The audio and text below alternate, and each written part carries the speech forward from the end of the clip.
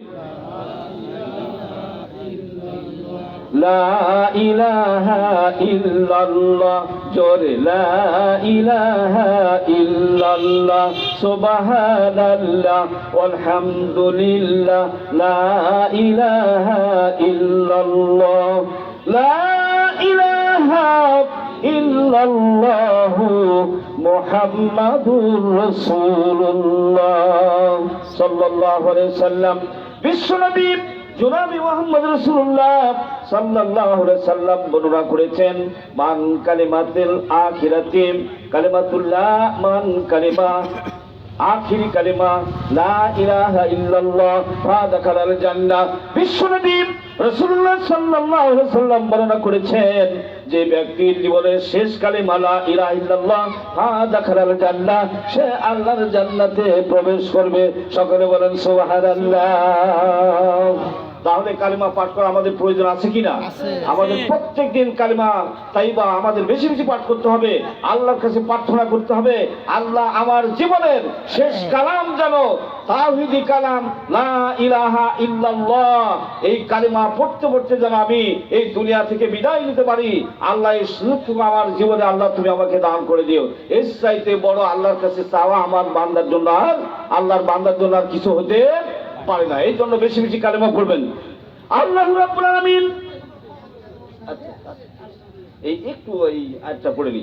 আল্লাহ রাব্বুল আলামিন মুহাম্মদ আল কোরআন বলেছেন, ইন্নামাল মুমিনুনা আল্লাযীনা ইযা যুকিরাল্লাহু ওয়াজিলাত কুলুবুহুম ওয়া ইযা তুলিয়াত আলাইহিম আয়াতুহু যাদাতুহুম ঈমানাও ওয়া আলা রাব্বিহিম ইয়াতাওয়াক্কালুন।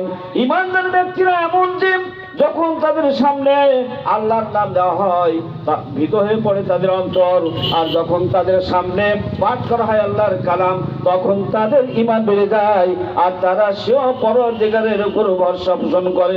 সকলে বলেন সুবহানাল্লাহ। যারা ঈমানদার তাদের ঈমান বেড়ে যায়, আল্লাহর নাম নিলে ভীত হয়ে পড়ে অন্তর। কিন্তু যারা কাফের, যারা বেঈমান, এদের যখন কোরআন তেলাওয়াত করা হয় তখন তাদের শয়তান কি বেড়ে যায়। ঈমানদার তাদেরকে কোরআন ভালো লাগে, শুনতে ভালো লাগে, আর যারা বেঈমান কাফের এদেরকে শুনতে ভালো লাগে না। কথা ঠিক কিনা? এটা কার কথা? আমার আল্লাহর কথা। আল্লাহ এই কথা বলেছেন। আল্লাহ রাব্বুল আলামিন বলেন, আল্লাযীনা ইউকিমুনাস সালাতা ওয়া মিম্মা রাযাকনাহুম ইউনফিকুন, সেই সমস্ত লোক যারা নামাজ প্রতিষ্ঠা করে আর আমি তাদেরকে যে রুজি দিয়েছি তা থেকে আমার পথে ব্যয় করে। উলাইকা হুমুল মুমিনুনা হাক্কান, এরাই হচ্ছে সত্যিকার অর্থে মুমিন। লাহুম দারাজাতুন ইনদা রাব্বিহিম ওয়া মাগফিরাতুন ওয়া রিজকুন কারীম, আর এদের জন্য রয়েছে সেও পরদিগারের নিকটে মর্যাদা, ক্ষমা এবং সম্মানজনক রুজি। সকলে বলেন মারহাবা। আল্লাহু আকবার।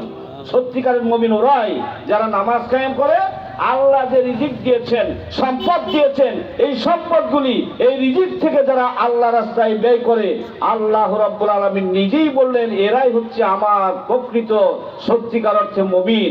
এদের জন্য আমার নিকটে রয়েছে মর্যাদা, ক্ষমা এবং সম্মানজনক রুজি, অর্থাৎ জান্নাতের ব্যবস্থা। সকলে আল্লাহু আকবার।